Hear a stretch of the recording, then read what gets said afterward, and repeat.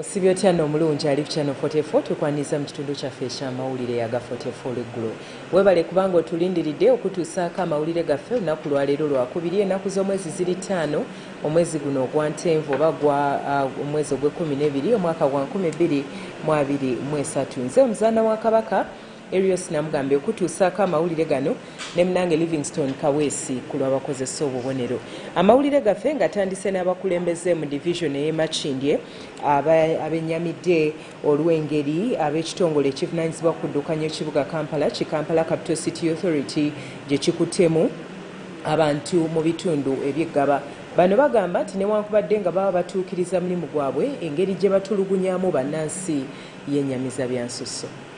Tuli involved nti newankubadde abagenyi bajja naye ffe bagenda kubeera beneficiary nono omuntu owaki owa wansi. Era nze nagamba minisita nti abantu babawe space emala wano wenyini we tugenda okusimba omubiri omuntu agenda akole wali nga kakioski nekyo tubagana ekiwuliriza. So uyenjawulo yokka nti naffe twagala enguudo ennungi twagala muntu akanikira ku kkubo naye tumuwe space wali wagenda okunoonyeza 1,000 kubanga nange leero we banzijawo enkolera obwa meeya oyinza okulaba wenoonya aloga ettalo era ne prime minister bamujjako era naye bwati kaaba omulala yonna. So nga twagala nti enkulaakulana n'abantu bano abawansi babeerenga bulina kubabeeramu. So nze nkubiriza nnyo omulanga nti tukolenga ekyo nga obudde bukyali tujja tuwanga enteekerateekera ey'abantu. Singa abantu bano twalira nga obudde bukyali twalibe tugamba nti ekibangiriza gundi mugende mukolerengawo ennaku 4 bano abagenda okuva ku kkubo. So kanaye kuba kyesinga obukyesinzi nitubasindiikiriza tukuliyetinga abakulimina abangi yensonga lwaki tuzimbye amakomera mangi naye nga most of kulimina ffe tubakuliyetinga. Bizinesi z'abantu bamenye amayumba naye nga bali ludda nga gazimbibwa. Ffe kanso twaliwo nga tubawa ebyuma ebyokya enkoko twabawa ebyuma ebikola chips ebyo byonna twabikola naye ate essaawa zino bye tuli mu kumenya tubawadde zirooni zi-CBO zibaddemu tubalikomendize ku looni z'abavubuka naye bonna bakoze ezi bamenyebwa. So nze nkubiriza ababoodabooda bonna nkubiriza ab'amaduuka nkubiriza nga ffe bakansa be balonda tuli wamu nabo naye kye tuli mu kukola tuyise minisita wa Kampala tuyise baloodi meeya ne kanso etwala kubanga kirabika obuyinza buveeri bano bo bakoleraani kubanga tuba tumanyi nti nibambadde engoye za KCCA bakansala tulina obeera informu naye naffe bakansala tetuli informu kuba naffe tebalina kye batugambye. So n'olwekyo tusaba abakwataganyako kwekyo ekyanaamu kulaba tebajja abantu mubuzo bakomewo eri mu bakulembeze actually bayinza oba nga tebagenda mu bakansala bokka ne ba LC b'ebyalo. Wesanga ng'omuntu singa oba oli awo yamanya emyezi ng'ena yandibadde yeetereeza naye abantu bafa ddala bali ku makubo ekyamazima babayisa bubi ate nga tebalina gye baddukira. Naye kyakoze obulungi kino tekyataliza oba owagira gavumenti oba togiwagira bulijjo tubawondinga nti bannange mbeera weerikyukira mwenna kijja bakosa lumu. So bulijjo tubakoowoola we tuba kulwanirira ggwanga ndwanire n'omutima gumu. Ensonga y'okusendawo abantu ku makubo yalibadde ekwatwa bulungi nnyo era ekwatwa mpola kubanga abo bannayuganda nabo basasula omusolo nabo baagala abaana baabwe bagende ku masomero amalungi ng'era abantu abalala. Ensonga ya nnaamu nkulu era Makindye ngaffe abakulembeze tugamba nti ekimala kimala abantu baffe babaleke bakole babawe guidelines engeri gye bayinza okubeera ku luguudo nga bawa distance enkulu gye balina obbawa wabula. Ate ebyo nga biri bityo ye omusumba Robert Kayanja avuddeyo n'annyonnyola ku nsonga ez'enjawulo ezisiba abakkiriza naddala abo ababeera bakkiriza Yesu Kristo okumwetwalira okuba omulokozi waabwe kyokka embeera n'essigala nga yakusika muguwa. Abamu ku ffe twazaalibwa omulundi ogwokubiri twalokoka. we are saved Naye tetununulibwanga but we have never been delivered from ourselves. okuva mu ffe kennyini. Tukyalowooza ng'abaddugavu. We still think like Africans. nga munnayuganda. You still do things like a Ugandan. Obulamu bwo bwonna Your entire life, ebikusibye what is binding you bye bintu bye wakuliramu are the things you grew up in.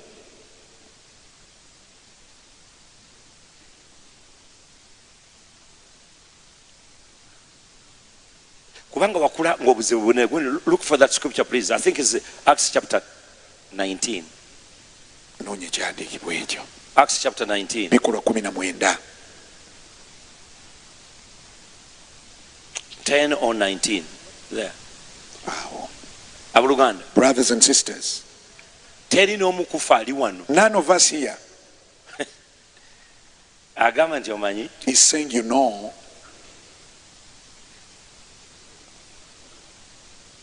tuli mu bikola by'abatume gundi sirimu ba 2 Corinthians. we are in Acts of the Apostles. Nga zifaanagana. Who buys the same pair of shoes, two of them? Tugamba eno yakoleramu eno ya This is mikolo. for work, this is for functions.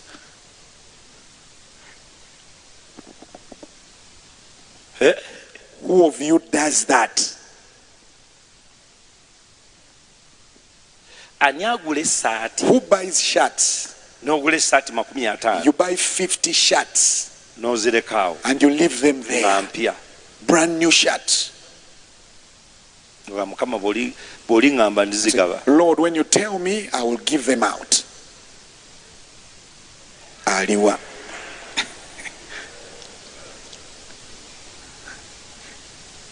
When Jesus said, I'm come to give you life and life more abundantly, what was he talking about? Yali ategeeza ki? What was he talking about? Ki kye yali ayogerako?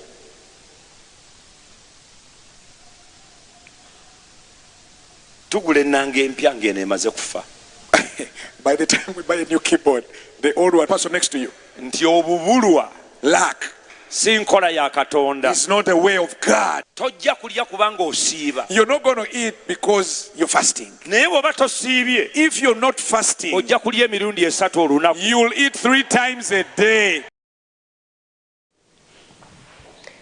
Ebyo byonna bikulu mu lugendo lwaffe lwe tutambula olw'obulokozi. Bisabiremu osabe Mukama okuyamba okukomya okulowooza mu ngeri efaananako bw'etyo. Olunaku olwokuna olwa Ssabbiiti eno waliwo okusaba okw'okusiigibwa amafuta okw'omulundi ogwokutaano okuli wansi w'omulundi ogw'omusanvu omutendera ogw'omusanvu. N'olwekyo jangu obeerewo mu kusiigibwa amafuta kuno. Abantu bangi baweeredde obujulizi enteekateeka y'okusiigibwa amafuta era bangi tebasigadde kyekimu. Nga tweyongeddeyo mu mawulire gaffe amalala ge tulina, sipiika w'olukiiko lw'eggwanga olukulu Anita Among alabudde ababaka mu Parliament abatandise okusiiwuuka empisa okukikomya mbagirawo okusobola okutaasa ekitiibwa kya Parliament ey'omulundi guno. Ono agamba nti ababaka mu lukiiko luno olw'omulundi ogw'11 terugenderedde kuguza abantu abasiiwuufu b'empisa, nga nabwe kityo ababaka basaanye okwekuuma n'okulaba nga bakoma ekitiibwa kya Parliament munda w'ekizimbe ekyo saako ne bweru gye bawangaalira. I want to welcome you to this afternoon sitting. As we approach the close of the calendar year and as we prepare to go for Christmas recess, I want to request committees to ensure that you finish all the work before you so that we go for recess when you have nothing pending. So committee chairs ensure that everything is processed and presented to the House. As you are aware, in January 2024, we'll be handling the budget framework paper. Hence, we need to offset the pending business. We need all the business offset as we go into the budget framework paper. Honorable members, I want to draw to your attention to the Code of Conduct on Members of Parliament as detailed in Appendix F of the Rules of Procedure. It has come to our notice that some members continue to breach the provision of the Code of Conduct. Amongst is engaging in financial decisions that embed objectivity in the discharge of their duty. I was actually surprised when some MD called me and said, there is a member of Parliament who has come, that you've sent him for something for you. And I want to encourage members, I want to encourage the public that we put a suggestion box the clerk's office, that floor. Let's have all those messages put in that suggestion box. We must protect the integrity of this institution. And I've always told you, we should leave this institution better than the way we got it. When you hear people saying Parliament is corrupt, cooperatives, the money of cooperatives was not 11th Parliament. It was 9th and 10th Parliament. For you, you're killing people. They ate the money of cooperatives, now they start saying 11th Parliament. For us, let's protect this institution. Let's get out of that. Sometime, when you conduct yourself in a polite way, people think you're just, but I want us to stand firm and ensure we do what is right for the institution and leave the rest to God.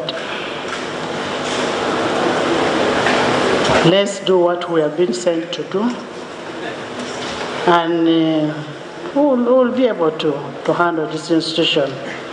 And as leaders, we ought to conduct ourselves in a manner that aids unity and cohesion. We've had scenarios in this house where we get a lot of hot debates.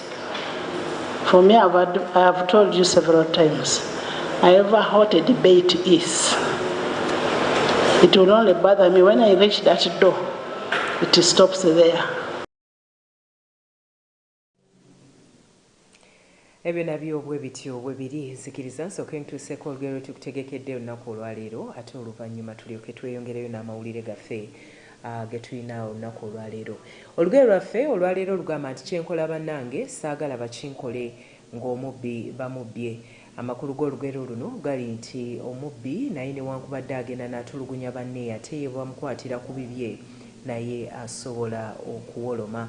Ne mu bulamu bwaffe obwa bulijjo waliwo abantu bangi abaagala okutulugunya bannaabwe oba n'okubanyagako ebyabwe so nga nabo ebyabwe bwe bibakwatirwako ate bakaabira ddala. N'olwekyo tuyige mu bulamu bwaffe obwa bulijjo mwe tutambulira okulaba nga tutambula ne bannaffe mu ngeri ennungi era esaanidde.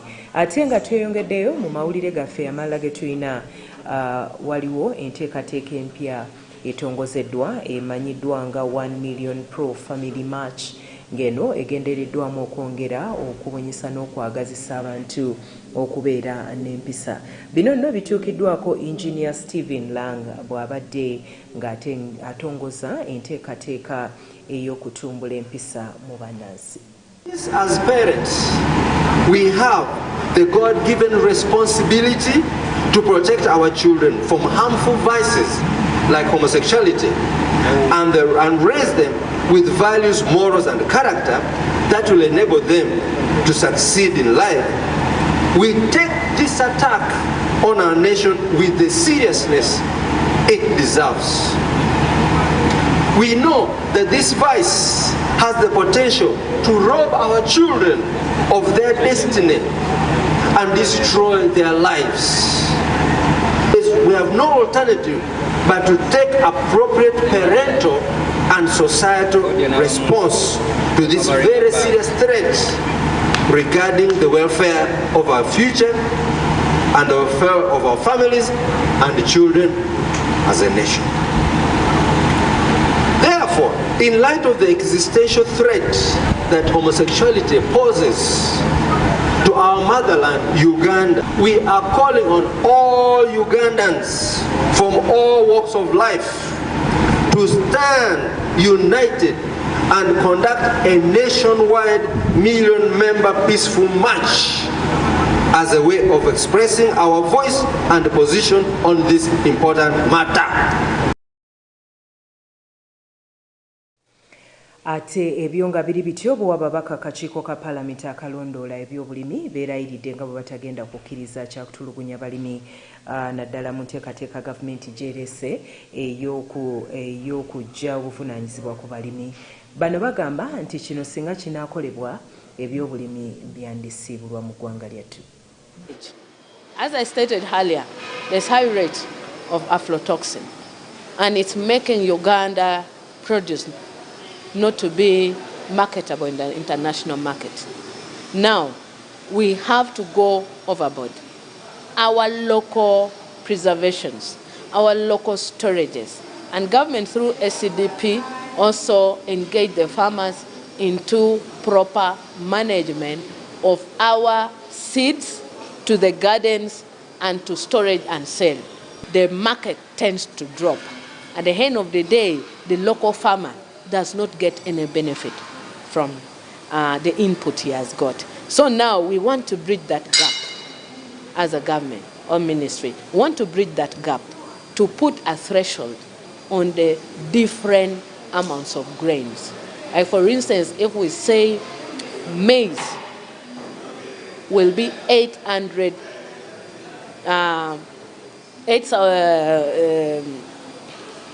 shillings per kg. It should not go below that. We will allow it to move higher other than reducing, to save our farmers.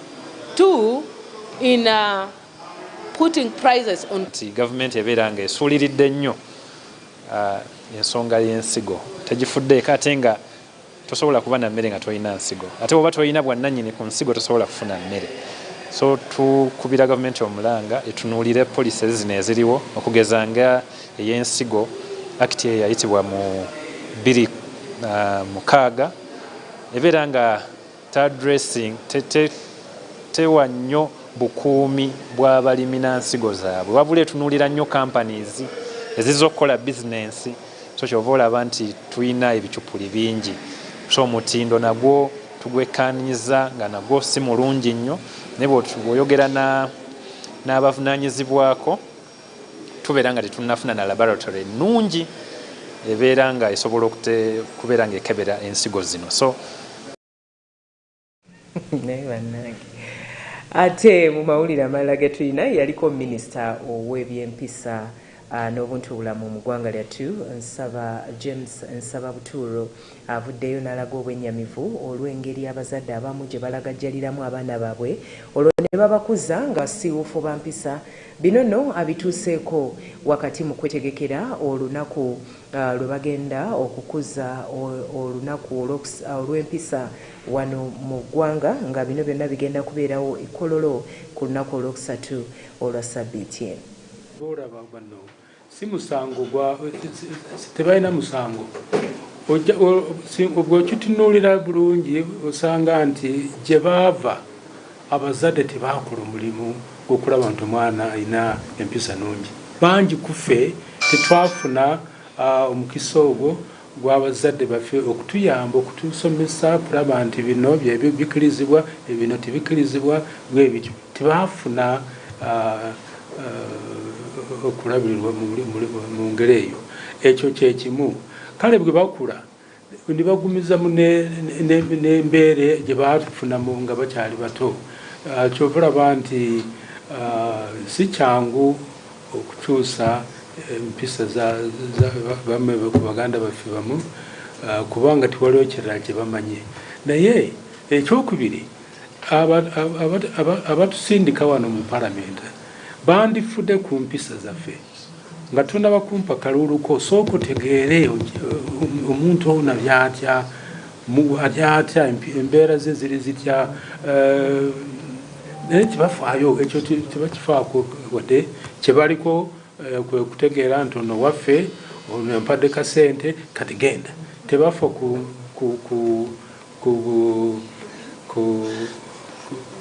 kubikwata ku mulimu gwe tugenda kukola. Kyobulaba nti bamekuffe wano bye bakola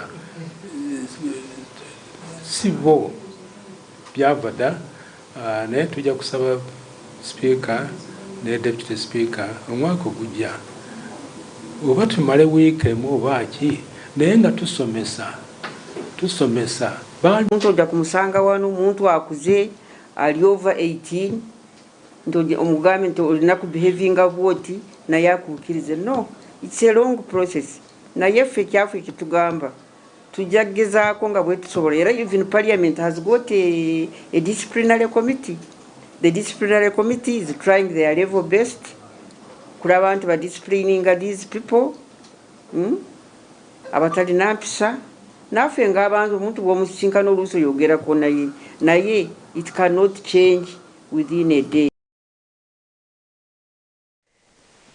Ensonga nkulu ddala ezeetaaga okusimbako omulaka. Emboozi eyo efundikidde amawulire getusobodde okuŋŋaanya olunaku olwaleero. Nzikiriza mutuuseeko ekyawandiikibwa kye tukutegekedde leero kiri mu Baggalatiya 5 essuula ya olunyiriri olwa 22 wagamba nti naye ebibala by'omwoyo kwe kwagala okusanyuka emirembe okugumiikiriza ekisa obulungi okukkiriza waliwo n'ebirala bingi ebiddako wansi awo bisome obyefumiitirizeeko ate obitambuliremu nga bw'osaba Mukama okuwa ekisa ate okweyongerayo naawe onaalaba embeera bw'enaatambula.